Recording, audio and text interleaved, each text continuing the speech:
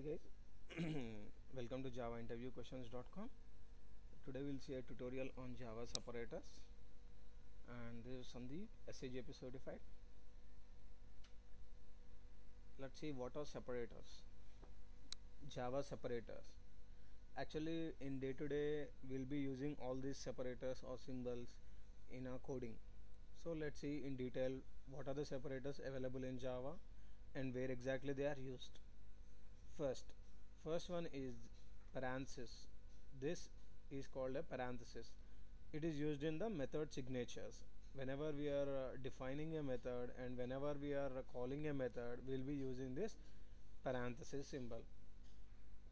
And it is even used in operator precedence to get the priority over the other operators. And coming to the second one is the braces, and these braces are used in arrays initialization. Whenever we are initializing an array, we will be using these braces.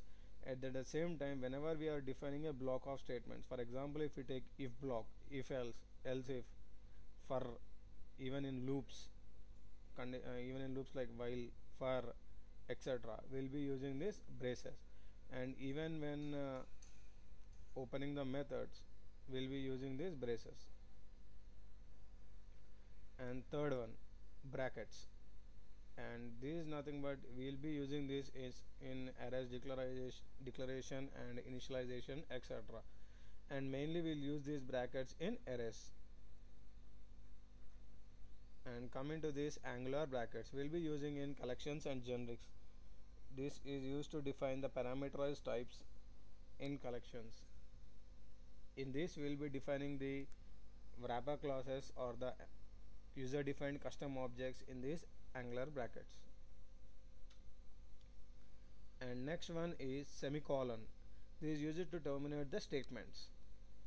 This separator is mainly used to terminate the statements, and we can use this even this semicolon is used in for loop for the initialization and separation of the, for example, we'll be using in for loop to separate the declaration and initialization, this semicolon.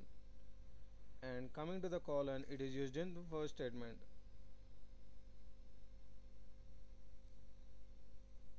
And next one is comma. It is used to separate the arguments. It is used to separate the arguments in the method declaration, as well as it is used to separate the parameters whenever we are passing the values to a method. And the last one is period, and whenever we are calling an method using an instance variable, it is used to separate a field or method from the reference variable, so that by using this dot operator we will be calling the variables and the methods defined in the class.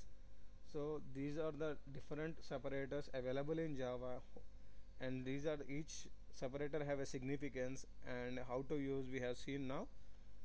Hope you guys understand this video. Thanks for watching my video. If you like my videos, don't forget to subscribe to my videos.